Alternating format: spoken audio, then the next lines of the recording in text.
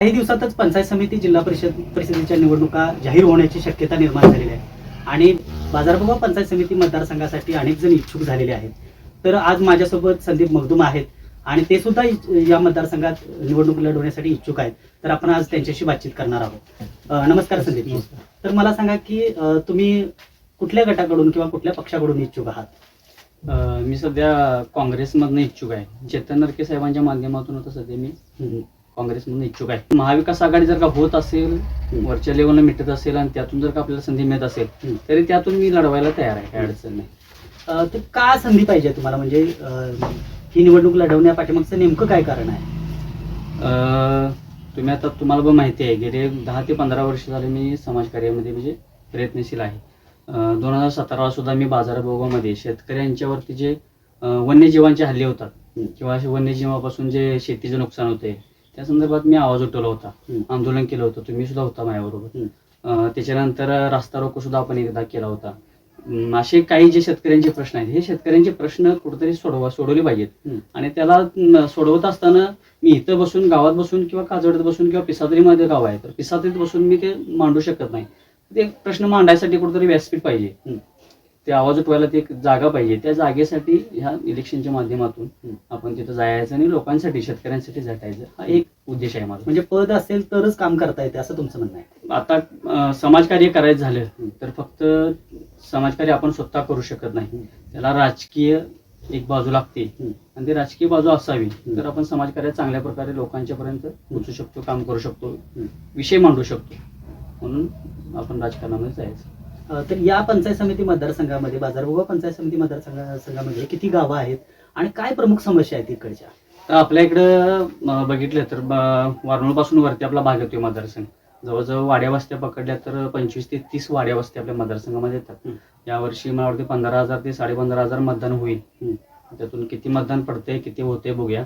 या भागामध्ये प्रामुख्याने समस्या बघितली तर गौरेडे, जनावरांचा हल्ला मनुष्यावरती असेल किंवा त्याच्या पिकावरती असेल, म्हणजे वन्य प्राण्यांचा हल्ला. आता परवाच आपले 2 पेशंट म्हणजे 2 शेतकरी माझे जखमी झालेत. एक पोरल्याचे संदीप काटकर म्हणून आणि काजवड्याचे अजिंक्य पाटील म्हणून, दोघी मरणाच्या दारांना परत आलेत. प्रत्येक वेळेला होत राहिले. मग ते गव्यांचे हल्ले असतील, रानटी जनावरे, डुकर असेल, बरेच प्राणी आहेत, त्यांच्यापासून जे लोकांना हानी होते ती कुठेतरी थांबवत आली पाहिजे. दुसरं म्हणजे लाईटचा विषय आहे. लाईटचा विषय सुद्धा आपण आंदोलनाच्या वेळी घेतला होता. रात्रपाळीची जी लाईट आहे ती बंद करून शासनानं दिवसाची लाईट शेतकऱ्यांना दिली पाहिजे. कारण माझा शेतकरी रात्रीचा शेताच्या बांधावरती जीवाची पर्वा न करता झोपत असतोय, शेताची राखण करत, पाणी पाजत, रात्रीचं लाईट असल्यामुळं ह्या गोष्टी कुठेतरी थांबवत आल्या पाहिजेत. ह्या विषय आहे. आणि आता आम्ही आता बरेच मागचे 5-7 वर्ष करतोय काजेडा घाटाचा विषय आहे, मुडागडाचा विषय आहे. हे विषयाला पण कुठेतरी मार्ग मिळावा, तोडगा निघावा, हेच विषय आहेत महत्वाचे आता सध्या तरी. आमच्या इथला पिसातरीतला तुम्ही म्हणताय तो पूल पण आता जुना झाला आहे. त्याच्यावरती वाहतूक, ट्रॅक्टरची वाहतूक होत नाही. मग ट्रॅक्टरला तिकडून पाटपणा मार्गे, इकडचा पाटपणा मार्गे लांबून प्रवास पडतो, तिकडे जावं लागतं. इकडचा ऊस सुद्धा इकडून ह्या रोडनं काजवडे साईडने घ्यावा लागतो. कारण त्या पुलावरनं ट्रॅक्टर वगैरे मोठे वाहन जाऊ शकत नाही. त्याचं एक काम आहे. काजवड्या केसरूळवरचं आपलं जे पूल आहे त्याचं तुम्ही 2-3 वेळा आवाज उठवून किंवा ती बातमी लावून त्याचं तुम्ही ते काम करून 2 वेळा डागडुजी केलेलं आहे. त्याला सुद्धा नवीन बांधण्याची गरज आहे.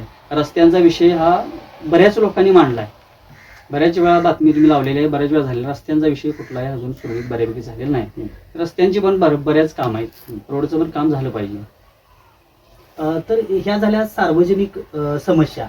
तर शेतकऱ्यांच्या ज्या वैयक्तिक म्हणजे ज्या शासकीय लाभाच्या काही योजना आहेत, म्हणजे शेतीविषयक असू दे, म्हणजे जनावरांच्यासाठी असू दे, तर त्या असतील किंवा संजय गांधी श्रावणबाळ सारख्या वैयक्तिक लाभाच्या योजना आहेत, तर त्यासाठी काय प्रयत्न करणार आहात का?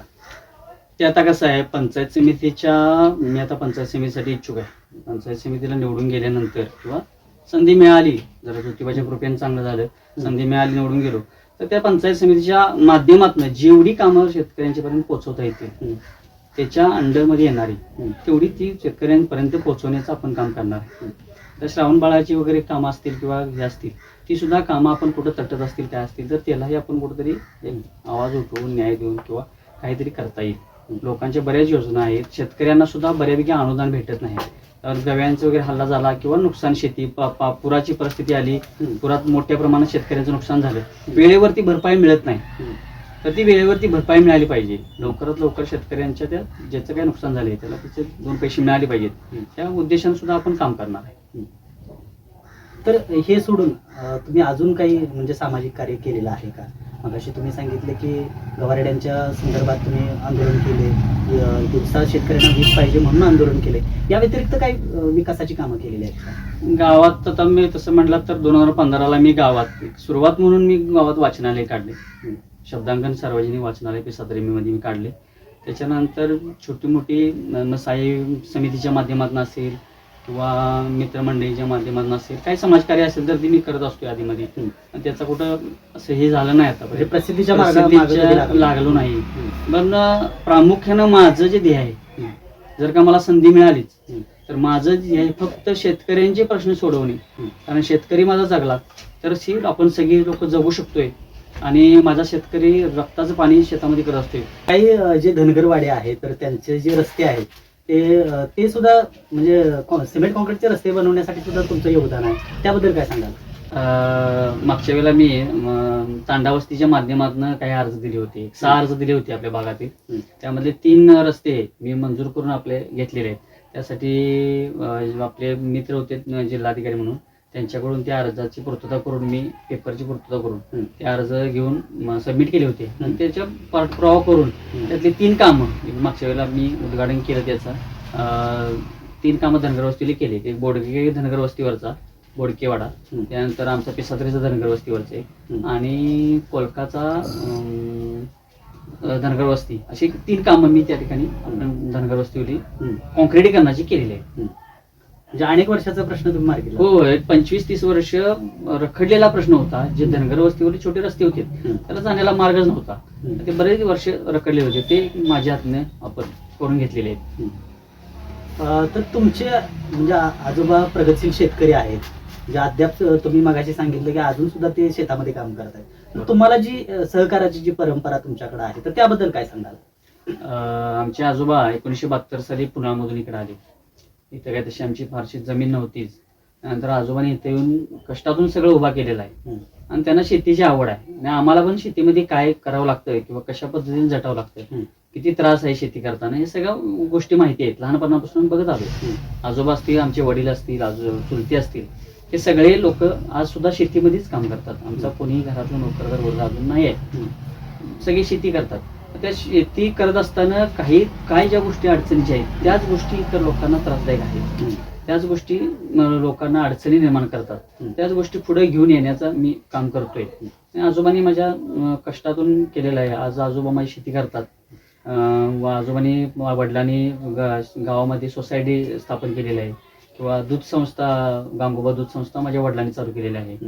मी शब्दांकन वाचनालय चालू केलेलं आहे. अशा पद्धतीनं घराचा वारसा म्हणला असं तर राजकीय असा काही मोठा वारसा नाही आहे, पण सामाजिक कार्यातून घरातल्यांच्याकडून प्रेरणा घेऊन माझं काम चालू असतं. तर मगाशी आपला जो सगळा तुमचा जो विषय आहे तो शेतकऱ्यांच्या भोवती फिरतोय की शेतकऱ्यांच्यासाठी तुम्हाला काहीतरी भरीव करायचं आहे.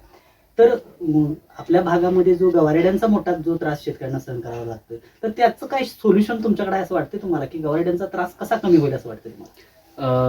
गवरेड्यांचा त्रास कमी करायचा असेल तर वन विभागाने त्यांच्यासाठी चारा निर्मिती आणि पाणी निर्मिती वरती करावी लागणार. पहिली गोष्ट, त्यांना खाली कसं आहे, वरती जर का चारा पाणी त्यांना मिळालं तर ते खाली येणार नाहीत, पहिली गोष्ट. आणि दुसरी गोष्ट अशी आहे की शेताला कुंपण आज वन विभागाकडे मिळते. 90% अनुदान, 80% अनुदान म्हणतात. पण मी आता परवा चौकशी केली आपल्या नाक्यावरती इथं की अनुदान कसं भेटतील, आपल्याला कसे मिळेल शेतकऱ्याला अनुदान. तर तिथं मला माहिती मिळाली की आम्हाला काही माहिती नाही, वरच्या लेवलला चौकशी करायला लागेल. शेतकऱ्यांना त्याची अजून कल्पना दिलेली नाही किंवा माहिती नाही. शेतकऱ्याने एखादा अर्ज कसा करायचा, काय करायचं, हे अजून वन विभागाकडून काही त्याची पूर्तता केलेली नाही. वन विभागाने त्यावर लक्ष देण्याची गरज आहे. सो शेतकरी त्याचा लाभ घ्यायला तयार आहे, पण ती प्रोसेस त्याला माहित नाही. ती प्रोसेस माहिती करून देणं गरजेचं आहे. आणि वरती चारा निर्मिती, पाणी निर्मिती करण्याची आवश्यकता आहे.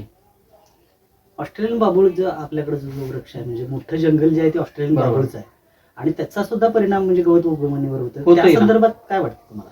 तर आता बरेच वर्ष झाले आपल्याकडं वन क्षेत्र जास्त आहे. वन विभागाचं तुम्ही प्रश्न विचारला बरोबर आहे. वन क्षेत्र जास्त आहे, त्याची तोड झालेली नाही. बरेच वर्ष मागची तोड झालेली नाही. तर मला वन विभागानं त्याची तोड केली पाहिजे, कारण त्याच्या पाल्यामुळे ते गवत उगवत नाही. त्याची तोड लवकरात लवकर वन विभाग करावी. आणि दुसरा एक मुद्दा असा आहे की आपल्याकडे वनवा लावला जातो शेतात डोंगरात. ते वनवा लावायचं प्रमाण माझा विनंती आहे शेतकऱ्यांना आणि लोकांना की वनवा टाकू नका जंगलात. त्याच्यामुळं पूर्ण साखळी विस्कळते, पशु पक्ष्यांची साखळी विस्कळते, यांचं अन्न जे काय आहे ते पूर्ण नाशवंत होऊन खराब होऊन जाते, जळून जाते. ते वनवा टाकायचं प्रमाण 100% बंद झालं पाहिजे. या गोष्टीवरती या 2-3 जे मुद्दे आहेत त्याच्यावरती आपण लक्ष केंद्रित करायला पाहिजे. तर तुमचं शिक्षण कुठं झालं आणि किती शिक्षण झालं? माझं प्राथमिक शिक्षण तिसादरीमध्ये झालं, त्यानंतर 5वी ते 12वी बाजारभोगामध्ये आबासाहेब भोगार हायस्कूलमध्ये झालं आणि ग्रॅज्युएशन माझं कोल्हापूरला BCA कम्प्लीट केले, कोल्हापूरमध्ये न्यू कॉलेजमध्ये झाले. तर तुमच्या घरातली कुणी निवडणूक लढवलेली आहे का, किंवा तुम्ही एखादी निवडणूक लढवलेली आहे का, आणि काय रिझल्ट आलाय? घरातल्यानी तसे काही निवडणूक कुठली लढवली नाही, पण ग्रामपंचायतच्या माध्यमातून इथून मागच्या 5-10 वर्षा पाठीमागं नरके गटासाठी चंद्र नरके असतील, अरुण नरके साहेब असतील, यांच्या गट राखण्यासाठी वडिलांचं योगदान 25-30 वर्ष आहे, आजोबांचं योगदान 25-30 वर्ष आहे. त्यासाठी आम्ही संधी दिली नाही, संधी द्यायला पाहिजे होती. मी माघार पण घेतली.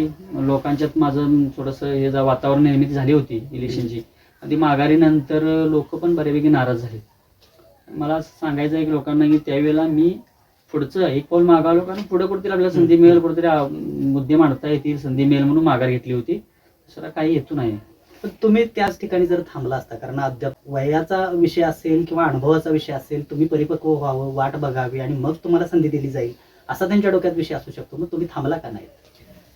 माझं आता वय 35 वर्ष झालं. 1991चा माझा जन्म आहे. 35 वर्ष माझं रनिंग आहे. हळूहळू जर का संधी स्टेप बाय स्टेप मिळत गेली असती तर मला कामाची पद्धत समजली असती, काम करायची पद्धत, लोकांचे अडचणी कशा असतात, काय असतात ही जाणून घेते संधी मिळाली असती, संधी दिली असती. तर ते झालं नाही. म्हणजे कुठेतरी संधी तुम्हाला मिळायला पाहिजे होती. मग कारखान्याच्या माध्यमातून असू दे, संस्थेच्या माध्यमातून असू दे, किंवा पंचायतच्या माध्यमातून असू दे, कुठलीही संधी देण्याचं काम त्यांनी केलं नाही. त्यामुळे मी त्या थांबलो नाही. लढायचा प्रयत्न केला, पण मला माघार घ्यायला लावली. पण ह्यावेळी थांबणार नाही. कुठल्याही परिस्थितीत ह्यावेळी लढवणारच, कोणत्याही परिस्थितीत थांबणार नाही. मग आता शेवटी कसं आहे, इलेक्शन म्हटलं की पक्षाचा झेंडा पाहिजेच कोणत्या तरी, आणि अपक्षमधून तेवढी म्हणावी फारशी ताकद लागत नाही. लढणार यावेळी बघतो. महाविकास आघाडीतून जर का जुळून आले योगायोगान तर होईल, नाही तर मग काँग्रेसमधनं संधी आहेच. तर काय व्हिजन आहे तुम्हाला? जर संधी मिळाली तर लोकांसाठी नेमकं तुम्ही काय करू शकताय? आता तुम्हाला जे सांगितलेले प्रश्न आहेत त्या प्रश्नावरतीच मी आवाज उठवण्याचा प्रयत्न करेन. पंचायत समितीमध्ये जाण्याचा उद्देश असा नाही की तिथं मोठमोठ्या गोष्टी होऊ शकतात, रस्ते होऊ शकतात, माझ्याकडून मोठ्या मोठ्या योजना होऊ शकतात, असा विषय नाही. पण पंचायत समिती ही सुरुवात आहे, आणि तिथे जाऊन मला आवाज उठवण्याचं एक माध्यम मिळेल, ठिकाण मिळेल, लोकांच्या पर्यंत पोहोचण्याचं ठिकाण मिळेल, लोकांच्या अडीने अडचणी जाणून घेण्याचं मला एक ठिकाण मिळेल, आणि त्यामधून प्रश्न मला सोडवता येतील. म्हणजे व्यासपीठाची गरज आहे. आता पंचायत समितीला तेवढा फारसा अधिकार राहिलेला नाही, कारण 14वीचा माझ्या माहितीप्रमाणे सगळा निधी डायरेक्ट ग्रामपंचायतला वर्ग होतोय. पंचायत समितीकडे फारसे अधिकार नाहीत. पण जे काही पंचायत समितीच्या माध्यमातून देता येईल, फोरपाटी सुद्धा असेल, माझ्या शेतकऱ्याला मिळत असेल तर ती शेतकऱ्यापर्यंत पोहोचवण्याचं काम मी करणार. बरोबर अरुण नरके साहेबांच्या बरोबर माझे वडील होते, तेव्हापासून नरके साहेबांचे घरगुती संबंध होते आणि आजही आहेत चेतन साहेबांच्या माध्यमातून. माझा काही कोणावर दोष नाही किंवा आरोप नाही किंवा काही नाही, आमदार चंद्रदेव नरके साहेब असतील आणि कोण असेल. पण एक खदखद आहे मनात की एवढे वर्ष साहेबांच्या वर राहून त्यांनी आम्हाला संधी दिली नाही. संधी दिली असती तर त्याचं काहीतरी सोनं करता आलं असतं. त्यांनी संधी दिली नाही. आई वडील 25-30 वर्ष आजोबा आई वडील मागणं राहिलेत, याचं दुःख वाटतंय. मागं राहून सुद्धा कोणतंही काम आमचं झालं नाही त्यांच्याकडून. तर आज ना उद्या कुठंतरी त्यांना संधी मिळेल. मग तुम्ही मात्र घाई केली असं वाटत नाही गट सोडण्याची? नाही, घाई असं म्हणता येणार नाही, कारण खूप कमी वयामध्ये मी मला वाटतं वयाच्या 19व्या वर्षी 19-20व्या वर्षी माझ्यावरती ह्याचा म्हणजे गोकुळचा ठरावधारक मी होतो.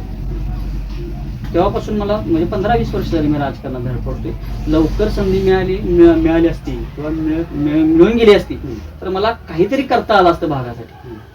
मला रस्त्यावर उतरून काहीतरी शेतकऱ्यांसाठी करता आलं असतं, धडपडता आलं असतं. कारण वेळ खूप कमी आहे. आताचं राजकारण बघितलं तर तसं सोपं राहिलेलं नाही आहे की करतो नंतर बघतो. कारण आता राजकीय वारसानं सगळ्याकडे पद जायला लागलेले आहेत. शेतकऱ्यांच्या सर्वसामान्य शेतकऱ्याच्या मुलाकडे कोणी बघायला तयार नाही.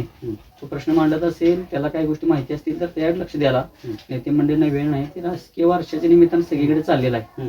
तरुणांनी काही राजकारण करायचंच नाही का असं तुमचं म्हणणं आहे? नाही तरुणांनी राजकारण केलं पाहिजे, पण त्याला एक वेळ आहे असं मला वाटतं. म्हणजे तरुणपणात संधी मिळाली पाहिजे. संधी मिळायलाच पाहिजे तरुणपणात, पण ती संधी घेत असताना आपल्या आई वडील काय करतात, आपली बायका पोरं मुलं काय करतात ह्याच्याकडे पण बघण्याची गरज आहे. मी खूप धडपडलोय राजकारणात, म्हणजे ते काम करण्यासाठी, पण तशी मला संधी मिळाली नाही. तशी मिळणं आत्ताच्या घडीला इथनं पुढे मिळणं सर्वसामान्य मुलाला शक्य नाही. म्हणून वेळ वाया घालवू नका असं मला मुलांना सांगणार. राजकीय वारसा पिढीने सगळ्या पद यायला लागलेले आहेत. धडपडून आज मला काहीच मिळालं नाही, पण मी आजही ठाम आहे की आजही इलेक्शन लढवत असताना जर का पक्षाचं तिकीट नसेल तर मी आजही अपक्ष लढणार आहे त्यावेळी. पण आता लढणार का आहे, कारण आता मी एवढी वर्ष घालवली आहेत राजकारणात, तर आता आलेली संधी सुद्धा का सोडा. आता बघूया ना, एवढा पर्याय बघता येईल, मग पुढे विचार करता येईल काय करता येईल. त्यावेळी माझ्या मागून मात्र मला भागातील शेतकऱ्यांचा पाठिंबा आहे, लोकांचं सहकार्य आहे. आमचा घराचा पाहुण्यापायांचा गोतावळा खूप मोठा आहे, मित्रमंडळींचा गोतावळा खूप मोठा आहे. माझा 1500 मतदान आहे आणि ते दिसेलच. जर अपक्ष म्हणून मी लढलो तर माझं 1200 प्लस मतदान जे आहे ते दिसेलच. पक्षाचं जर का तिकीट असेल, पक्षाचं जर का साथ असेल तर गुलाल लागण्याची शक्यता आहे. फक्त आशीर्वाद पक्षाचा पाहिजे. तुम्ही काही अंदाज घेतला का, म्हणजे ज्या मतदारसंघामध्ये तुम्ही लढणार आहात तर तिथं तुमचे जे मित्रपरिवार आहे, नातेवाईक आहेत किंवा तुमचे काही सहकार्य आहेत, तर ते किंवा तुम्ही ज्यांची कामं केलेली आहेत, जे वैयक्तिक असू दे सार्वजनिक असू दे, तर त्यांच्याशी काही भेटलाय का की बाबा माझी इच्छा तुम्ही तुमची व्यक्त केली का की मी लढणार आहे आणि मला पाठिंबा द्या? हो, रोज माझे जे संबंधित लोक आहेत किंवा ज्यांची मी म्हणजे आता धनगर वस्तीवरील रोडची कामं असतील किंवा ग्रामपंचायतच्या माध्यमातून काही कामं किरकोळ केली असतील, वाचनालयाच्या माध्यमात असतील, दूध संस्थेच्या माध्यमातून असतील, सोसायटीच्या माध्यमातून असतील, या सगळ्या लोकांच्या बरोबर रोजचा कनेक्ट आहे. काजवड्यामध्ये मी असतो, लोकांच्या माध्यमातून सुद्धा असतो, तर तिथंही लोक मला भेटतात. लोकांच्या बरोबर कनेक्ट आहे आणि लोकांची साथ आहे, सहकार्य आहे. कारण मी काम करताना शेतकरी डोळ्यापुढे ठेवून काम करतोय, मी काम करणार, मी करत राहील. तर आजपर्यंतचा अनुभव जर बघितला तर मोठी गावं जी आहेत ती खाली आहेत, म्हणजे बाजारभोगाव असू दे, पोहाळे असू दे, किसरूड असू दे, पाटपनाळ असू दे, तर तिथल्याच प्रतिनिधींना संधी मिळालेली आहे, तिथल्याच त्यांच्या कार्यकर्त्यांना असेल संधी मिळालेली आहे. तर तुमचं गाव मात्र कुठंतरी आडवळणी आहे किंवा दुर्गम भागात आहे, म्हणून तुम्हाला संधी नाकारली गेली असेल का, किंवा आता भविष्यात संधी मिळेल असं काय वाटते?